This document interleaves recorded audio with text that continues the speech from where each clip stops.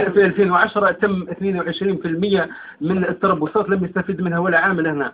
650 تقريبا من التربصات في الخارج ولا عامل. اسمح لي دروك جيت نهضر على 2010 ولا 2012. انا باش نعطيك الصوره انا على بالي اعطيك السيد الوزير يعرض وجهه نظره. غير هذه سمعت الكثير فيما يخص هذا الموضوع، راه متكفل به الاخ المدير العام وكل الاطارات الاذاعه الوطنيه. ان شاء الله نسيبوا له حل. ما بقاش الريتروفيزور. على بالي بك انا اليوم لقيتك صح ولا لا؟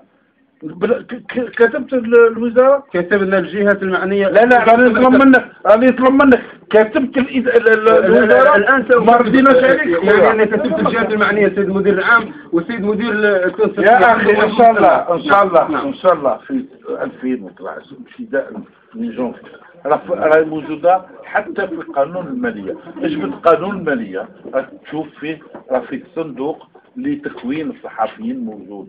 اوكي ونعطيك حتى المبلغ اللي مخرج للوزاره. هي تبقى الاذاعات الشهويه دائما محسوبه رقم 2 مش رقم 1. هذه اشكاليه. راك رقم 1 انت حاضر روحك.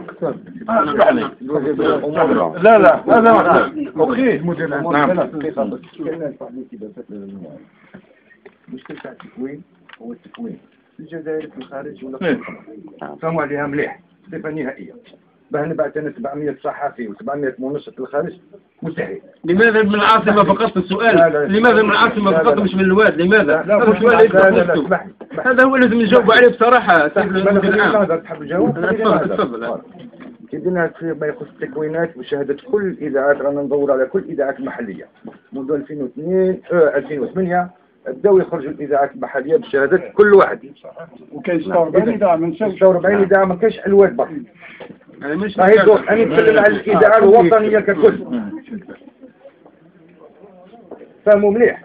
ثم ثانيا الدور تاع الاذاعه الجهويه باش دور تاع اذاعه وطنيه مفروغ منه.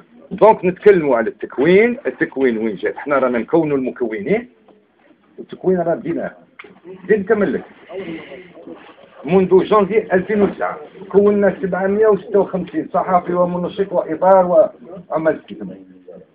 ما صراتش، ولكن اذا الله يبارك فيها 5000 واحد وكل واحد ماذا به يروح. كل واحد يخبر برنامج راه موضوع والدور تاع الوادي الحق والدور تاع إليدي الحق وتمرق الحق وضرر الحق وتيسيسيت والنعمه والبيض وفي البلاد راهي كبيره.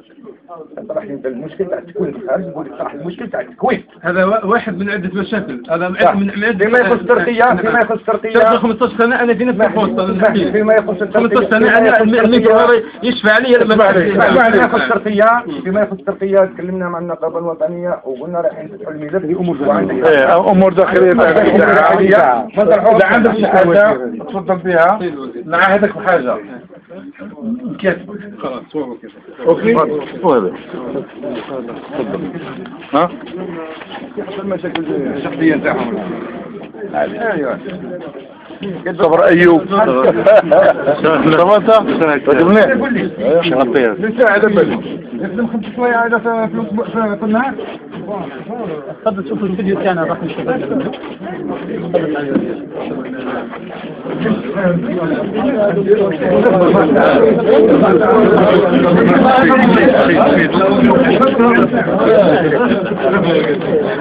شنو يرندد؟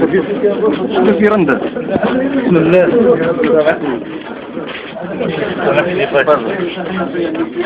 خش